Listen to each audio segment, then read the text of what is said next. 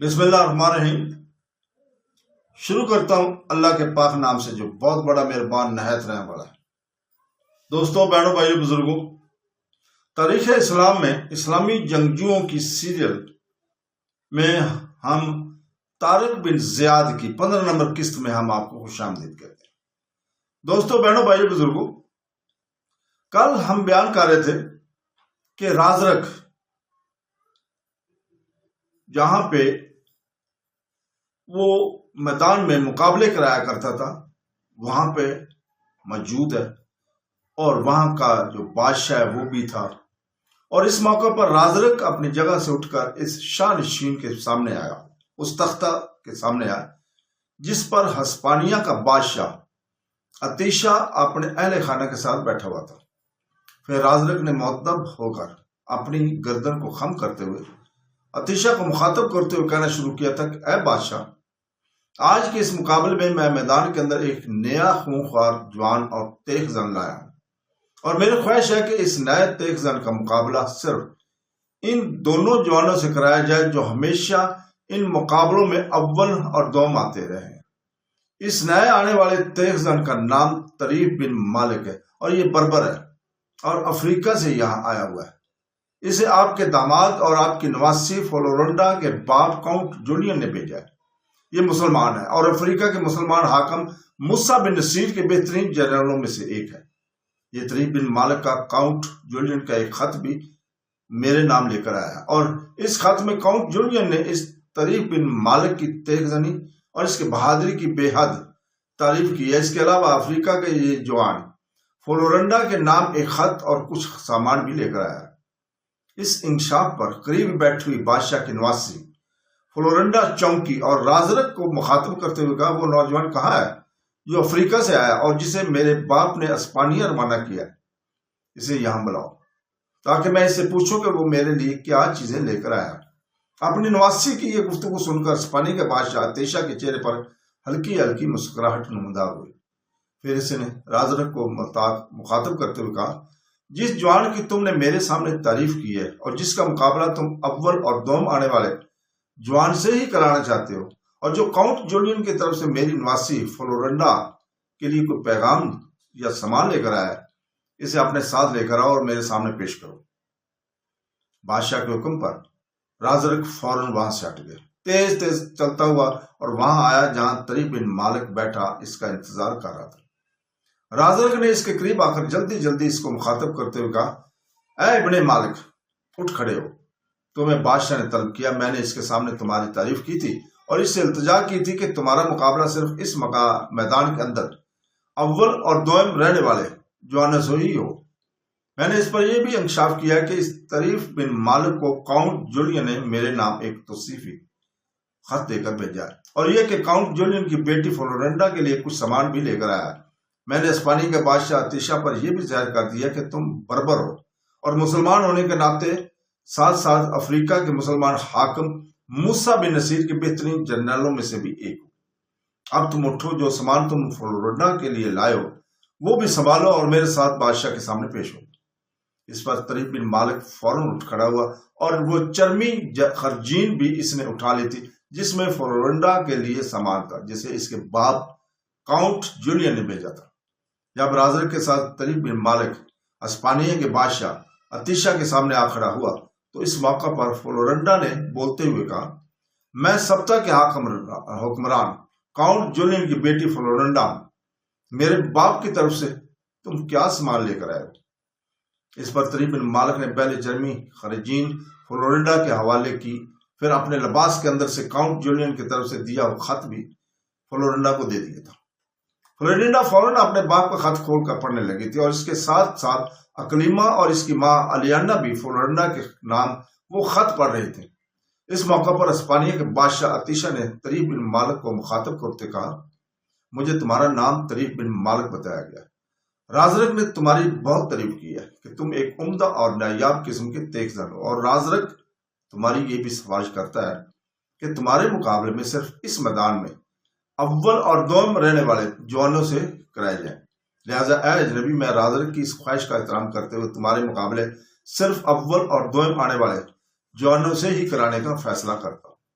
آج کے دن موت کے اس میدان میں اول اور دوم آنے والے ان جوانوں ہی سے تمہارے دو مقابلے لڑے بڑے اہم اور اہمیت کے حامل ہوں گے۔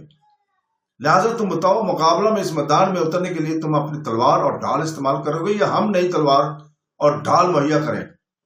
طریح بن مالک نے غور سے اساپانیہ کے بادشاہ اتیشا کی طرف دیکھتے ہوئے جواب دیا، اے بادشاہ، میں اپنی ہی تلوار اور ڈھال استعمال کروں گا۔ اس پر اتیشا نے پھر زبریق بن مالک کے مخاطب کرتے ہوئے کہا، اے بن مالک، کیا تم مجھے اپنی تلوار اور ڈھال دکھاؤ گے تاکہ میں اندازہ لگا سکوں کہ تم کس قسم کے ہتھیار استعمال کرنے کے عادی ہو؟ اس پر طریح بن مالک نے اپنے پشت پر لٹکتی ہوئی اپنی ڈھال اور پھر اپنی تلوار بے نیام کر کے اتیشا کے سامنے رکھ دی۔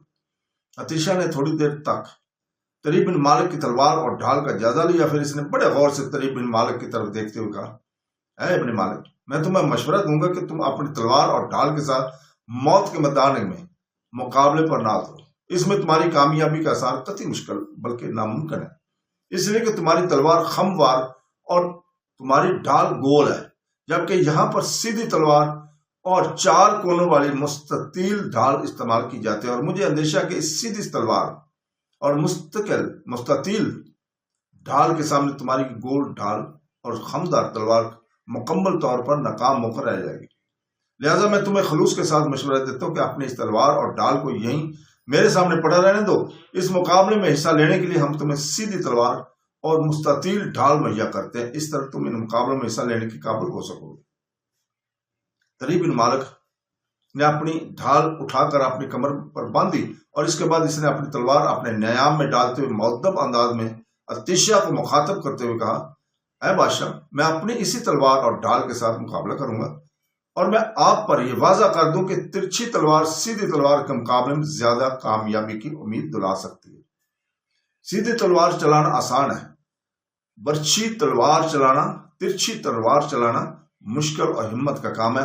آپ دیکھیں گے اس موت کے میدان میں جب میری ترچھی تلوار حرکت میں آئے گی تو اس کی تیز دھار لوہے کو کاٹ کر رکھ دے گی۔ رہی میری یہ گول ڈال تو یہ دشمن پر ضرب لگانے کے لیے خوب کام آتی ہے۔ لہٰذا اے بادشاہ، میں اپنی اسی ترچھی تلوار اور اسی گول ڈھال کے ساتھ موت کے میدان میں مقابلہ کروں گا۔ اس پر اتیشا نے توصیفی انداز میں طریح بن مالک کی طرف دیکھتے ہوئے کہا، اے ابن مالک، میں تمہاری جرت مندی، تمہارے ارادے اور تمہارے عزم کی تعریف کرتا ہوں، اور سنو، موت کے اس میدان میں تمہارا مقابلہ اسپانیہ کے 2 سورماؤں سے ہوگا۔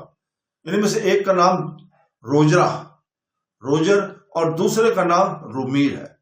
روجر ان مقابلوں کے اندر دوسرے نمبر پر آنے والا جوان ہے۔ اس کے جسم کے اندر برق جیسی پھرتی اور اس کی تلوار کے اندر آگ کے شعلوں جیسی چمک ہے۔ دوسرا نوجوان جس کا نام رومیر ہے، وہ ہمیشہ ان مقابلوں میں اول رہا ہے۔ یہ نوجوان انتہائی خوبصورت ہونے کے ساتھ ساتھ اچھے قد کاٹ، ڈھیل ڈول اور اپنی جسمانی طاقت اور شخصیت میں ایک انتہائی خوبصورت جوان ہونے کے علاوہ بلا کا طاقتور اور ایک بے مثال تیز زن ہے۔ رومیر نام کا یہ جوان میری بیٹی اکلما کا استاد اور اتالیق بھی ہے، اور یہ میری بیٹی اکلما کو تیز زنی کی تربیت دینے پر مقرر ہے۔ اے ابن مالک، اگر تم روجر سے جیت گئے اور رومیر سے ہار گئے تو میں تمہیں مال و اکرام سے مالا مال کر کے تمہیں اپنے لشکر میں ایک سلار کی حیثیت سے شامل ہونے کی پیشکش کروں گا، اور اگر تم نے روجر کے ساتھ ہمیشہ اول رہنے والے نوجوان رومیر کو بھی اپنے سامنے مغلوب کر دیا تو اے ابن مالک، میں تمہیں اپنی بیٹی اکلما کا محافظ مقرر کر دوں گا۔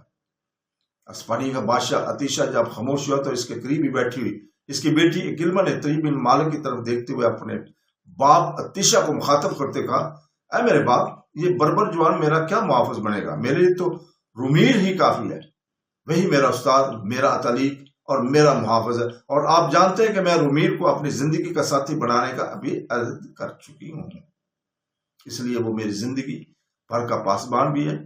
اے میرے باپ، رومیر سے مقابلہ جیتنا تو بہت دور کی بات ہے۔